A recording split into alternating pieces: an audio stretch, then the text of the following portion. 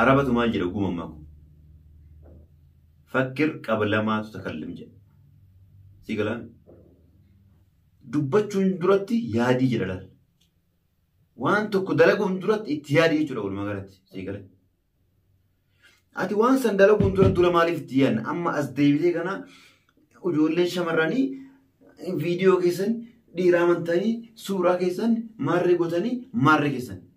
Assalaamu alaykum warahmatullahi wabarakatuh. Harkabuune hordoftootaafi kabajamtoota keenya akkam jirtu nagaan keessan bakka isin jirtan hundatti isin haa ga'u qaqqabu isin jecha bakka nu jiraattan.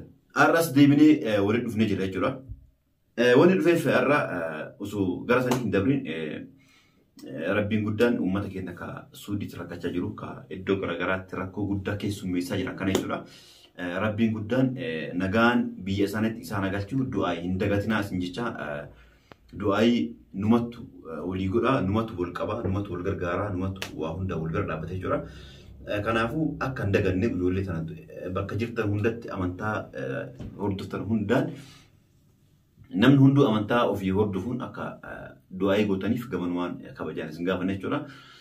Rabbi nagaan biyya isaaniitti agalchuu Rabbi yeroo dhiyoo keessatti gammachuu guddoo nu haa dhageessu isin jenna. Tole har'a egaa akkuma beekamu wanni dhufeef akkuma beektan jechuudha waa'ee miidiyaa irra deemaa jiru kanarratti jechuudha. Durallee isin himee jira. Yoo raabuu jedhee ture of keessa jechuudha. Niisaa jedhee ture. Garuu jarri nariisaan jiranii erga nariisaan jiraanne an hoo akkamitti dhiisa. An usee jal'ise miidhamanis ana. Kajaartii ta'e wanna dhabsisanis isaan. Inni dhageettan kunoo. Yoo an miidiyaa irraallee yoo dubbachuu dhabe keessaan sagalee na arganii kun dhageessanii jirtan ka viidiyoo isin gadhiise godhanii na addaddee akkana akkan si boosaa si ajjeesan jettee ka isin na ergite kun dhageessanii ani kijiru dhageessanii jirtan jechuudha. Akkuma sana halkan sa'a torbatti edha jechuudha. Ulaan narra rukutan dhufanii halkan jechuudha. Amma kijiba jarri ol baatee nudhii siin jenne maarree siin jenne akkas siin jenne jedhanii haasaan kana isin dhugaan godhatana. Wanni beekuu qabdan jechuudha.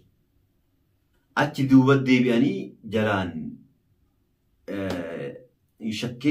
akka shakkeetti garuu akkasii kana dura namni tokko mana kiyya dhufee halkan mana dhadheen beeku jechuudha. Mana kiyya iddoo hangalu jechuudha.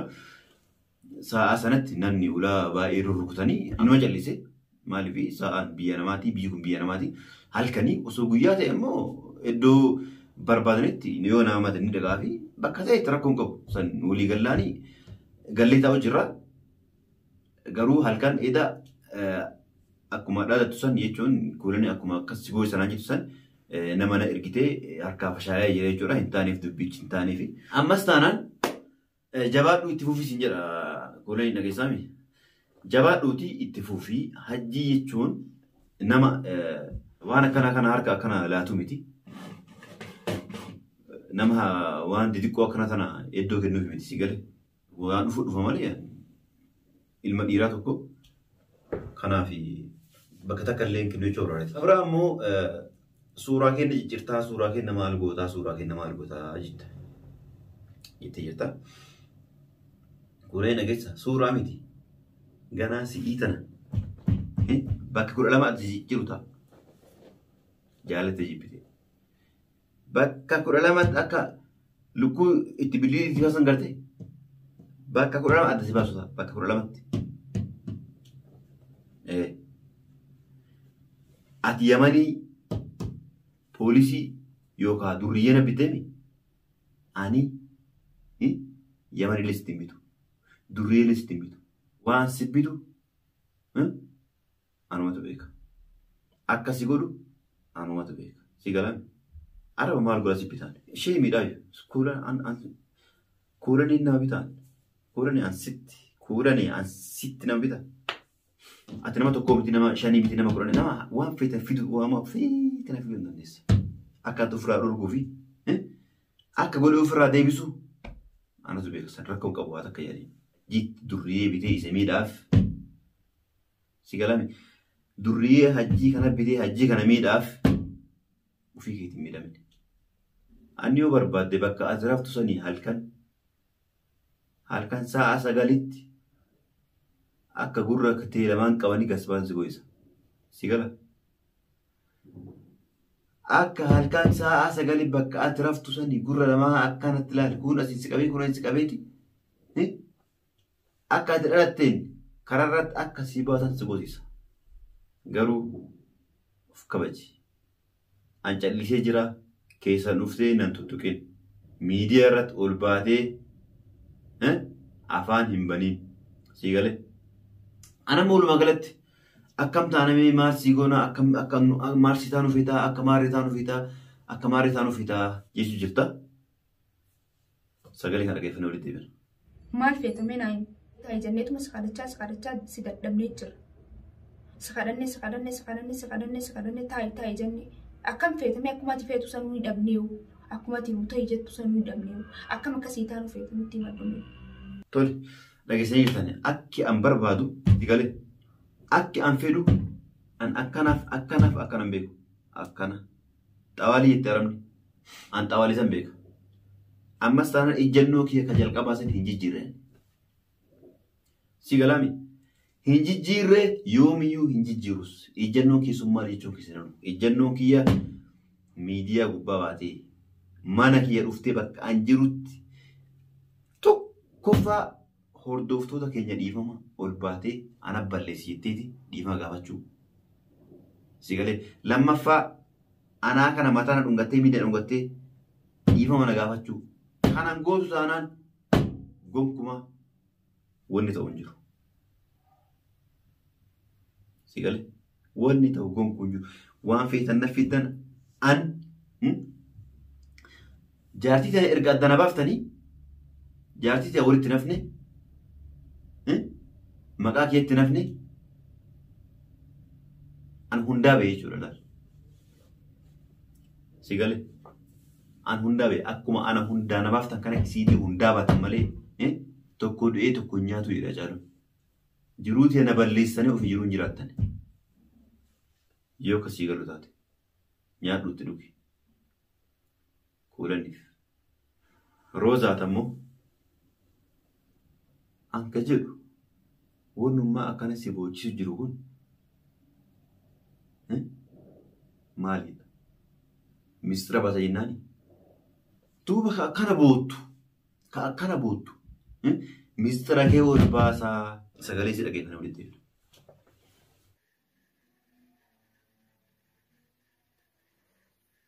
Kan hidhate abbaa kiyyaa roozaan heerumtee baadiyyaa deemtettu abbaa kiyya beelahee dhobbodhee sinin isaatiin jee waniin jiru waan fedhuu rakkadhaa fedhuu naataatii fedhuu naa dabdii biyya kana dhufeef abbaa kiyyaaf.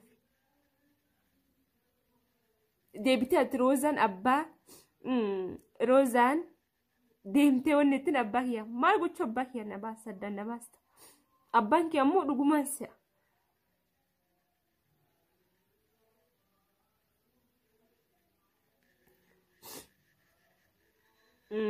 Daawwattoota kiyya dhiifamu. Agartanii jirtan. Duuba mee ka akkana boottu. Ka akkana ol baatee miidiyaa irratti akkana imimmaan gad lolaaftee boottu. Dura maa keessaan dhuftee mana kee asillee jirtuu maa keessaan telefoonaan naa dawwaltee. Ka akkana boottu jalqaba telefoonaan maa naa dawwaltee. Balleessee jira. Ministeera kee gannaan baasinii. Maan jedhin. Uummata kee hin nageessanii amma wanni isii akkana boochisu waan biraati miti. Kana gonkumaa nyaadhaatti dhugaa. Waan biraa sun taane waan dalee deebiitti. Duuba wanni biraa jira. Si galee. Waan biraatti duuba jira malee waan biraati miti. Waan biraa isitti fakkaatu yommuu wanni isii akkana boochisu kun waan gabba'uu deemu jira. Waan kanatu waan badaa waan ta'eef an abbaa isiillee waan biraan jennee abbaa isiillee afaan nagaatiin dhaqee abbaan isii nama kabajnaaf jaalatamaaf kabajamaa nu kabaju nama nu jaalannu dhaqeetuma waan akkanatu uumame xiqqoo waan akkana jedhanii jaartii isaa waan nu lolchisanii waan akkana nurratti dalaganii mee yoo kasii dhageetu gorsii jedheetuma itti hime malee waan biraan jennee dirqama abbaa kan kee waan ta'eef itti himachuun dirqama. Si galee Kabbaa gadi hin himanne ni himanna. Amma wanni isii boochisu jiru amma himiisaan abbaa ishiitti hime osoo hin taane mistira bahuu deemu kana. Sii galaame. Yoo mistiri kee nan bahin jette dalagatii baadiyyaa san dhiiftee as dhuftee hajjii dhiifama gaafattee dalagaa ta'ettee booda. Sii galaame. Akkas hin godhu jennaan. Miidiyaarra of arguudha. Lamaan kana keessa tokko filadhu. Sii galaame. Mee waa isin jettee dhageeffannoo walitti yeroo baay'ee maaliif keessattuu nuti warra dubartootaa kun hin sobamnu sobamuun qabna. Ammas deebi'ee dhalaa meeqaa dogongoranii suuraa dhufii dhiiratti erganiitiin hin jedhan barumsa isiniif haa ta'u asuma keessattuu dhalaan feete jechuudha. Suuraa keessan itti ergitanii maqaan isin bada. Isin warri dhalaa hin gowwoomina. Dhageessaniif tan hordofee akkuma isin jette kana jechuudha. Kan amma ishee taate dubartoota gorsitu dura maa yaadde eebii kan kee akkamitti suuraa kee akkamitti viidiyoo kan kee akkamitti nama ergita. Yaaduun qabdu arabatu maal jedha uumammaa kun fakkir qablamaatu takallim jedha. Sii galaame. Dubbachuun duratti yaadii jedha laal. Waan tokko dalaguun duratti itti yaadii jechuudha walumaa galatti. Sii galaame. Ati waan san dalaguun dura maaliif itti yaadna? Amma as deebitee kana ijoolleen shamarranii viidiyoo keessan dhiiraa amantanii suuraa keessan maarree godhanii maarree keessan. Ijoolleen shamarranii sii miti baru ijoolleen shamarranii baru sa'a 24 yoo xiqqaate sa'a 18 sa'a 20 mana madaamii dalaganii barra jiraatu jiranii. Sii galee. Ati kalee gabbuutee dalagaa baadiyyaa dalagattee akkanumaan maqaa of balleessita maqaa dubartii balleessita. Meeqa jira dubartiin? Isinillee amma dubartiidha. Atiif kunanii amma dubartiidha. Billaa aleekum. Dubartiidha ammasi. Osoo dubartii taatanii boru heerumuu deemtanii mi? Boru gana jaarsa godhachuu deemtan. Garuu mana namaa hin diidan. Isin eegale. Osoo nama boru kaa'uu qabu nama dubartii dhugaan dubartii tan boru heerumuu feetu osoo taatanii jaarsa jaartee adda diidanii waan hin taane miidiyaarra ol baatanii uummatanii naasoftan. Ammas taanaan dhaabuu didan taanaan waan galee gala malee gaafii yoo na gaafattan an hajjiin deebisu nu deebisuuf qophiidha. Takka wanni sodaadhu hin jiru wanni na sodaachisu illee hin jiru. Maaliif yoo ammoo isin narra callisanii ani isin tuqe eessa an abbatii qabu. Garuu hanga isin miidiyaarra ol baatanii gaafii na gaafatanitti an ammoo deebii isin deebisuun kiyyatti dirqama. Sii galaan. Kanaafuu waa hunda atamma obsi. Atamma yoo wanni boottuuf illee anamma naagalee jira dhibbatti. Naagalee jira. Shirri isin yaadda illee isin milkaa'ee jira. Erga caaltuu wal loltanii amma yaadni kan keenaa erga anaaf caaltuu wal lollee amma yaadni kan keenaa galee jira. Amma as deebitee bobboottee sossobdee gara kee deebi'uuf si beekaa nama. Naagalee jira. Walumaa galatti naagalee jira jechuudha. Uummata hordoftoota sobuu jirta malee ana sobuu hin dandeessu si galee. Amma muudiin kee naagalee jira beektaa.